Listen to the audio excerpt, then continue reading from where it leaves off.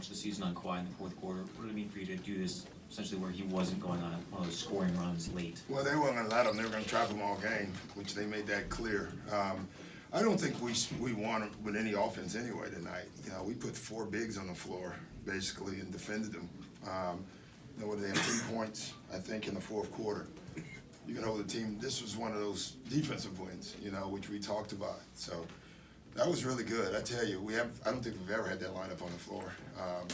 And to have that much size on the floor created a problem. We got us some offensive rebounds, and it created, they were getting one shot and out. So, but it's good, you know. You're not going to play well every night. Yet he almost had a triple-double still, you know, almost a quadruple-double, you know.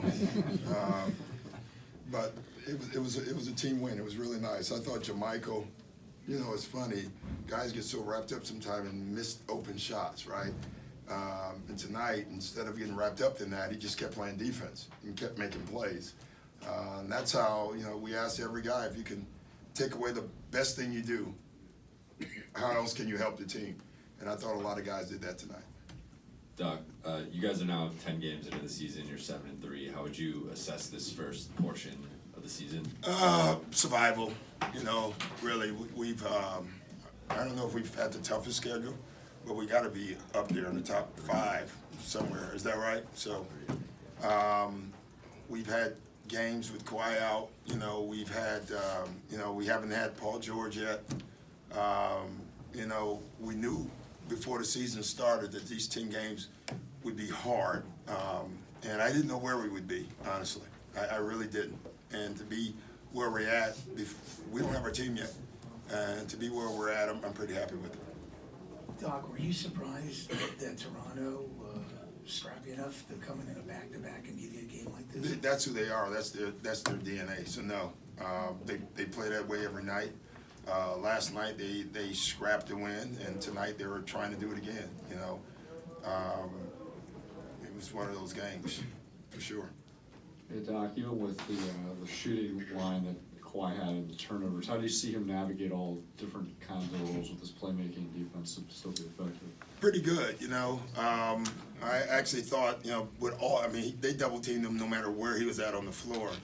I thought we ended up getting great shots and not making them, and then I thought for a while we had a stretch where nobody trusted it anymore. We were trying to attack through double teams, and but then the fourth we kind of gathered ourselves back and started moving the ball again. So, you know, the more players you can put on the floor for him, the less they can do that. You know, so we'll see. Doc, it seemed like that they came out on fire on offense and everything. They seemed super aggressive, but then in the fourth quarter, the defense did step up, and it seemed like you guys had more stops, more blocks, more steals. Do you credit that to your defense, or was it just like I think Mr. Medina said, the second half of the back-to-back, they got a little gassed out? Probably a little bit of both. I definitely thought our size defensively was a major factor.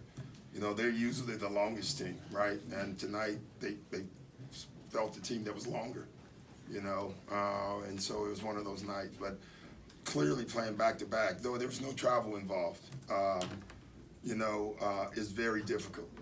You know, that's why we keep trying to cut them out. You know, I mean, it's very hard on coaches. Doc, how much will having Paul back at some point help Kawhi in situations like he was in tonight?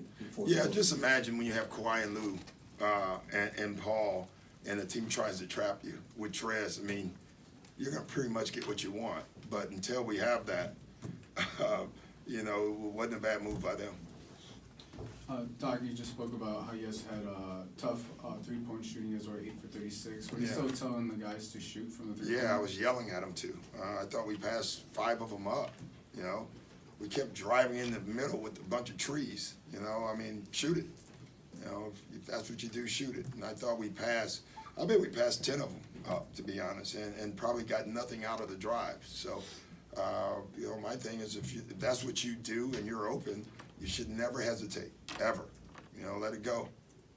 Moving forward, what does Houston present to you guys on Wednesday? I haven't even looked at Houston yet, you know. So, and they have this one guy I know that's pretty good, and then they have another guy that's pretty good. So Hey, Doc. call Austin and see how we should guard him. Doc, how's Landry doing? How serious do you think that? I don't know how serious it is, but it's a ankle sprain, a lower leg injury, ankle sprain. So, you know, that's about all I know right now. Yeah. Doc, obviously before the game, from the outside, there was a lot of attention on the storyline of Kawhi playing Toronto. You mentioned before, you never noticed a change in his demeanor. During the game, does he give you any kind of idea that maybe he's sensing the emotions of that moment? And how does that compare to other guys you've coached in the past? Well, if you compare him to Kevin Garnett, it's just a little bit of a difference. You know? You can kind of read Kevin pretty well. No, he doesn't give much. I like that. I like the poker. Him and Sham are very, when you watch both of them, you don't know, they're just into the game. So, you know, the only thing, we communicate a lot during the game, but not about his emotions. I honestly don't worry about him a lot. I love how he does that. You know, clearly, I don't know a lot of people on earth that can do that emotionally. I could never do that. You know, it's impressive that he can play under double teams, under big games, under whatever the situation is, and just he keeps himself into the game somehow. It's impressive. Doc, usually to start the season, you start Kawhi, you take him out with about 4.5 minutes or 5 minutes to go, and then he doesn't come back till the second quarter. Today, you guys brought him back with about 2.5 minutes left in the first. Was there a particular reason for that? No, we've done it a lot actually. You know, we've played him in 3 shifts in the first half, and we try to do 3 in the second. The only reason we did it in the second half is because that one group had it going for a while, so we let him rest. You know, right now you're looking at the score and time in the second half. If we're playing well, I can sit him longer. You know, it's still a work in progress. As the season goes on, his minutes will go up, and then it's easier. You know, right now you want to keep him in the area that we've kept him. It's a little tougher. Coach, can you speak to what Mo Harkless gave you guys? He was awesome. In that, fourth quarter? He was awesome all game. I mean, it's amazing. I think he's guarded every position. Like, he guarded the point guard for the most part the entire second half in Van Fleet, and did a hell of a job. You know, I'm still learning these guys. Like, I don't know literally who can guard who yet. You know, I do know who can't guard who, but we're not sure, like, which guys. Like, Mo keeps surprising you. We haven't put him on a lot of point guards, and now we know. You know, and he told us the other day he actually preferred guarding smaller guys, you know, with his length, and he showed why. Hey, Coach, last game, Pat Beverly said this team just seems to have like a certain type of will in the fourth quarter that other teams don't have. Yeah, I don't know if I like that talk, you know, but we have shown that. That's a good trait, obviously, to have when you don't have your great game going and somehow you can dig down and win the game. I would prefer us to have that trait in the first, second, and third, and fourth. You know, maybe we wouldn't have ourselves in these binds, but we got a lot. Like, we got a lot to figure out still. You can see it in how we're playing, but while we're doing it, we're still winning games. You know. You guys had 20 offensive rebounds tonight. Rebounded the Raptors by almost 30. Yeah. Was there a concerted effort tonight on the glass, or just? It's been every night so far. We feel like we have a size advantage. You knew going by watching their other games that at some point in every game they go small. When they went small, we actually went bigger. You know, we just felt like we can't make a shot, so let's see if we can get our misses. You know, and you know, that's how the game turned out for us. Doc, when you look at I Kawhi, wanted to bring up Zubac and how you felt about his performance tonight. You know, first stint, didn't love it. After that, he played terrific. You know, he's just getting better, but he's been great all year. He really has. I'm so proud of him.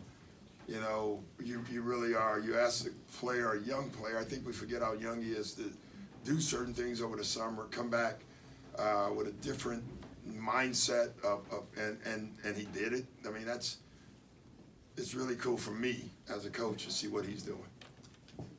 how would you attribute Kawhi Leonard? He seems like a quiet leader. He doesn't say much, but it just is that the way you look at it? That's who he is, you know. You don't have to talk to lead, you know. You really don't. You can just do. and everybody follows. But he does talk. He talks to his teammates, and once his press conference is over, he's going to talk to you guys in about an hour and a half.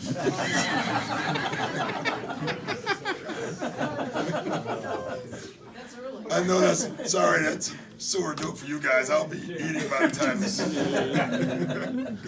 Can you talk about Trez's leadership as far as like him just communicating more with guys? He's been great. We talk to him and Zook the most because there's no good defensive team if their bigs aren't talkers.